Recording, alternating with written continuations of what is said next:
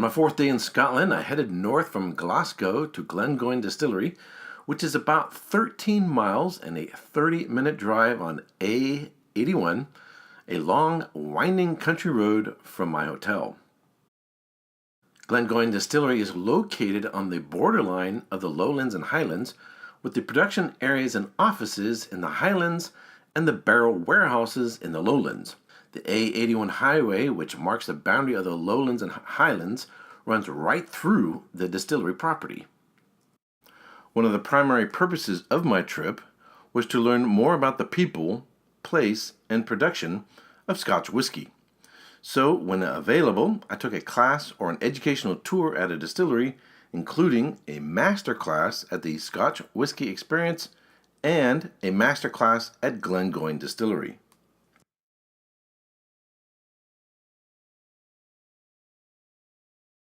The 5-hour masterclass took place at the Glengoyne Manager's House, beginning with a history of the Glengoyne Distillery.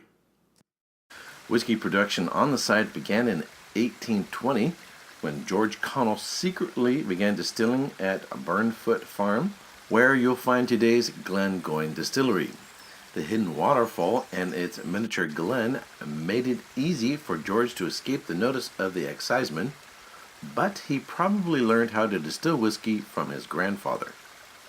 In 1833, George Connell decided to work within the law and acquired his license to distill at Glengoyne of Burnfoot, and you'll find this date on the bottle. The name changed to Glengoyne Distillery in 1907. George at this time decided against importing peat, rather using local fuel instead. In 1836, George Connell acquired a 99-year lease on the land and water rights at Burnfoot of Glengoyne at a cost of £8. In 1883, he acquired a lease on the land across the road where the warehouses are now located. Fast forward 120 years, Ian MacLeod Distillers Limited buys Glengoyne from the Edrington Group. The distillery is now 100% independent and family-owned and is firmly rooted in Glengoyne's traditions. The land surrounding Glengoyne doesn't contain any peat, so their water source does not run through any peat, nor do they use peat as a fuel source, but in the masterclass they provide a sample of peated and unpeated barley so you can compare the differences. About 90% or more of Scotch distilleries purchase their malted barley and then grind it into grist at their own facility before the fermentation process begins. We then toured the Glengoyne production facilities, including the mash tun room, the washbacks, and the still room. But a better way to understand the mashing process, rather than hear it from me, is to hear it from the distillery manager, Robbie Hughes. When we're producing our spirit, we get 3.72 tons of malted barley and we just grind it into a grist. It then goes into the mashing process, and what you do there is you just mix water with the malted barley, and then you're capturing the sugars and you're capturing the enzymes and you're capturing vitamins and carbohydrates. You're getting everything together for the yeast. It's the same things that you and I need on a daily basis, the carbohydrates, the vitamins, all these things are an absolute necessity for the fermentation of alcohol. So we just produce this in a mash tun. You're just getting water and this grist, and you mix them together at the right temperature, half a degree up, half a degree down, and that's not a good day. It's got to be spot on 63.5 degrees.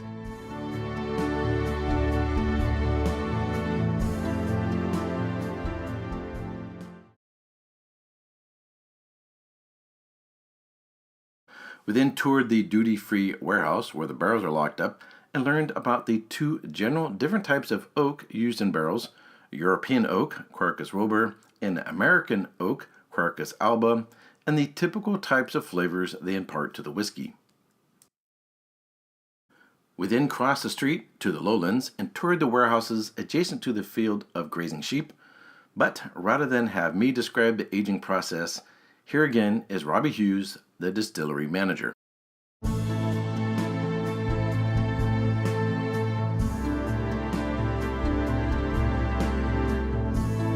The maturation process is the biggest influence on whiskey, because you've got something that's clear when it goes into the cask, something that's very immature, something that can have some unwanted characters, and just putting in this wooden cask just loses all that. It's magic. It is absolutely wonderful what the casks do. El envejecimiento de whisky en botas tiene un proceso muy importante para sobre todo los aromas y el color del whisky.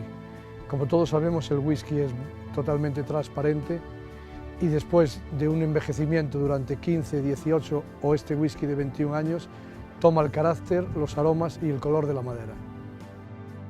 A whiskey cask will absorb and adsorb, so we get the new mixed spirit coming from the still house. So we pump it down and it hits the cask tomorrow. You've got a layer inside the cask, which is this active charcoal layer.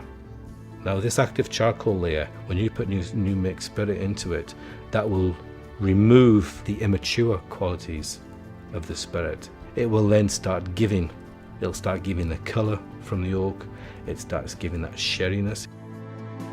La importancia del fuego es fundamental para las botas. El fuego le da un carácter tostado, aromas de café, da un color muy característico al roble, que después esos aromas van a pasar a whiskies de esta calidad, sobre todo en vainillas, aromas de vainilla y café.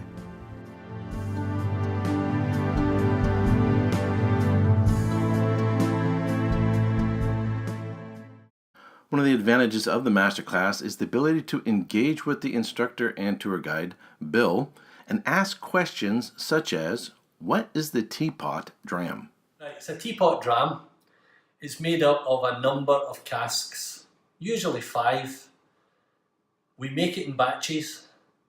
It's called a Teapot dram because up to about the 1950s, working in a distillery, you got 3 strong whiskies every day, cask strength. That meant driving home was difficult. So they used to take 2 and save them up, drink 1 a day. Right?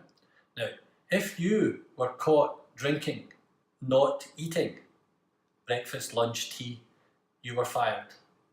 So what the guys would do would put the 2 they did not drink into a teapot, then take the teapot when it's full and put it in a bottle, take it home.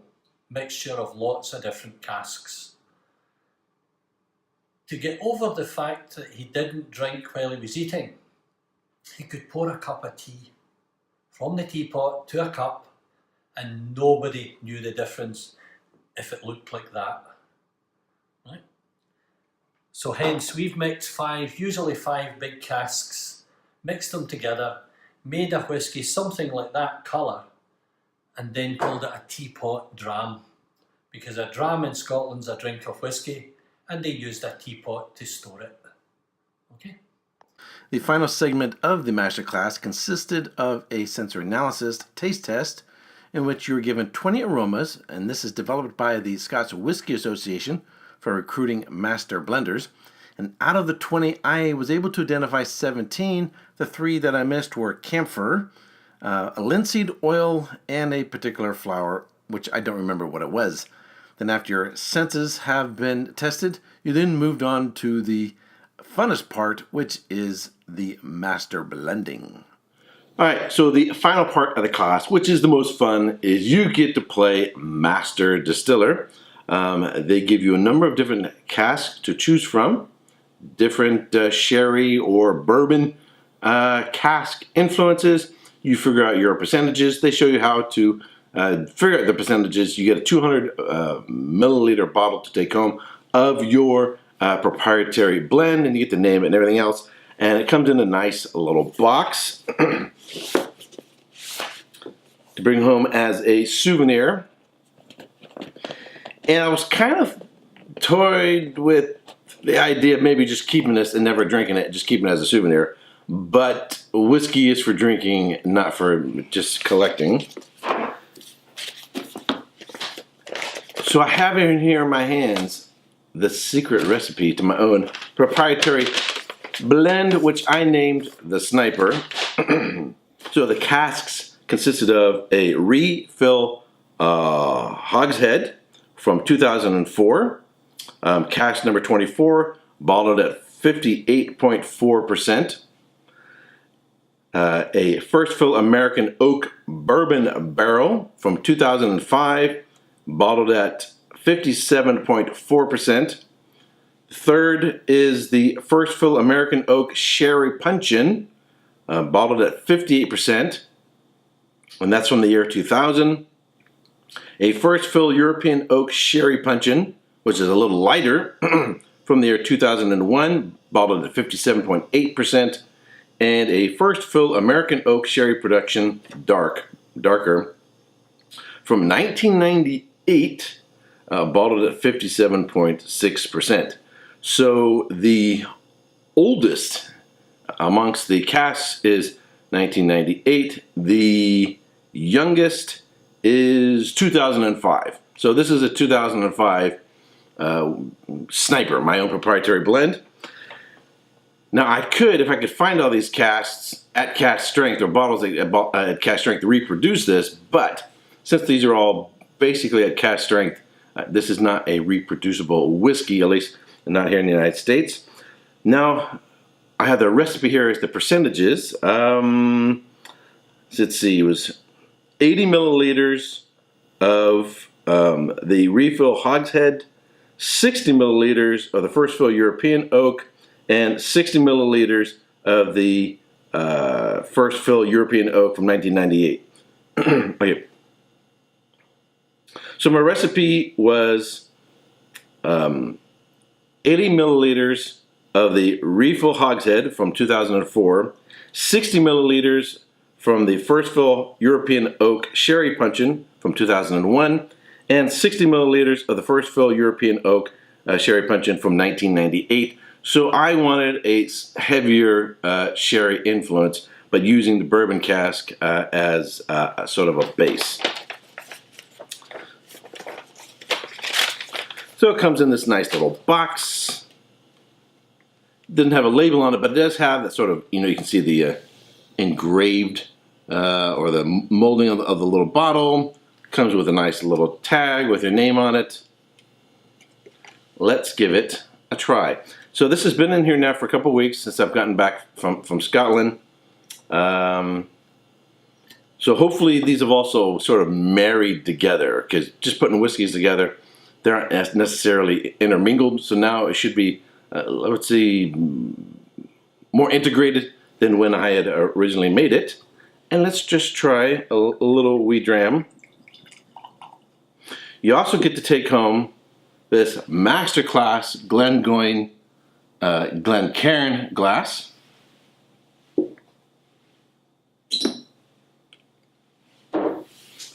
And you get a little certificate from Glengoyne Distillery showing that you took the master class and you're a malt master extraordinaire. It says, this is certified on the occasion of the master class visit to Glengoyne Distillery. Erik Waite displayed exemplary skills by means of both nasal analysis and oral consumption. He produced an unsurpassed and unique Glengoyne single malt whiskey and is indeed worthy of the accolade malt master extraordinaire. Needless to say, this is not something to put on your resume. It's for fun. It's a souvenir. It's a touristy thing, but still, it's kind of funny. I'm glad they put a little bit of humor into it, so you can't take it too seriously. Color is quite nice. There's a slight ruby tinge to it. So I haven't figured out the percentages from all these. They're all basically just about cask strength, what the alcohol ABV is. I'd have to do the math, which I'm not going to do off the top of my head. But this should be fairly powerful.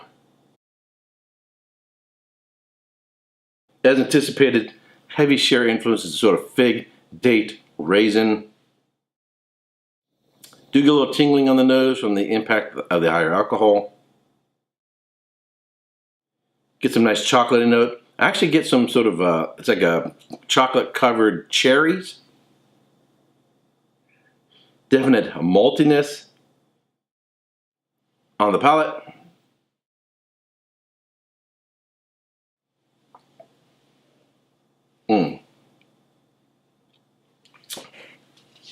If I do say so myself, this has got to be the best whiskey I've ever tasted that I ever made or blended.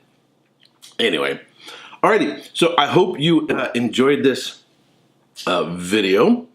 Sort of joining me along in my journey through Scotland. And I didn't give you a forewarning, but now it's time for a quiz based on everything I've shared here in this video. There's 5 questions, 1 bonus question.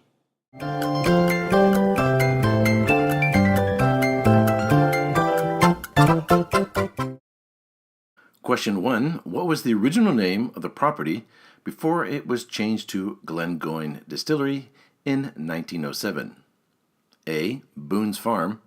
B. Barnfoot of Glenwyn. C. Glenconnell. Or D. Connell Family Distillery. And the answer is B. Barnfoot of Glenwyn. Question 2. Who was the founder of Glengoyne? A. Duncan McNichol. B. Ian MacLeod. C. George Connell. Or D. Robbie Hughes. And the answer is C. George Connell. In case you're wondering, Duncan McNichol oversees the stills since the early 1970s, and Robbie Hughes is the distillery manager. Question 3. In what year did George Connell begin making illicit whiskey at a Barnfoot farm now known as Glengoyne? A. 1802. B. 1820. C. 1833. Or D. 1907. And the answer is B. 1820. Question 4. In what year did George Connell acquire a license to legally produce whiskey? A. 1820. B. 1833. C. 1836. Or D. 1907. And the answer is B. 1833. So in 1820, he began illicitly making whiskey. 1836 is when he bought the property across the street where the warehouses now exist. And 1907 is when the name was changed to Glengoyne Distillery. And of course, you can find the date of when the distillery began legally producing whiskey on the label itself. Question 5. In 2003, the Glengoyne Distillery was purchased by A. Beam Suntory. B. The Edrington Group. C. Pernod Ricard. Or D. Ian MacLeod Distillers Limited. And the answer is D. Ian MacLeod Distillers Limited. Now for a bonus question from material not covered in this video. Question number 6. What does the name Glengoyne mean? A. Valley of Rivers. B. Valley of Sheep. C. Valley of Wild Geese. Or D. Valley of Running Waters. And the answer is C. Valley of Wild Geese. However, if you search around the internet, there seems to be a lot of debate as to where the word originated, whether it's Gaelic or it may be a derivation of a French word. And there's about a dozen different other names that seem to be associated with it that have nothing to do with geese. But if you look on the logo for Glengoyne, you'll see a picture of 2 geese. Alrighty, so obviously this isn't something you can go out and buy, but I do want to encourage you, if you are ever in Scotland and you ever have the opportunity to go to Glengoyne Distillery, definitely take the masterclass. It's not inexpensive, but it's well worth it. It turned out there was only 1 person in the class, myself. So it was just myself and the instructor, Bill, and we just hung out all day, had absolutely fantastic time. They do serve a lunch. They call it a light lunch. It wasn't light. There was plenty of food there. So it was just an absolutely fantastic experience. It was a great way to start off my journey through Scotland as the very first distillery I visited. All right, That's it for this video. If you subscribe to this channel, I want to thank you very much. If you haven't yet subscribed, you like watching my videos, I would greatly appreciate it. If you subscribe, give it a thumbs up, share it with your friends on Facebook, Twitter, and other social networks. Until next time, Slanjiva. If you have benefited from my wine or whiskey studies and you wish to support this ongoing work, I ask that you become a Patreon supporter. The link to my Patreon account is in the description box below.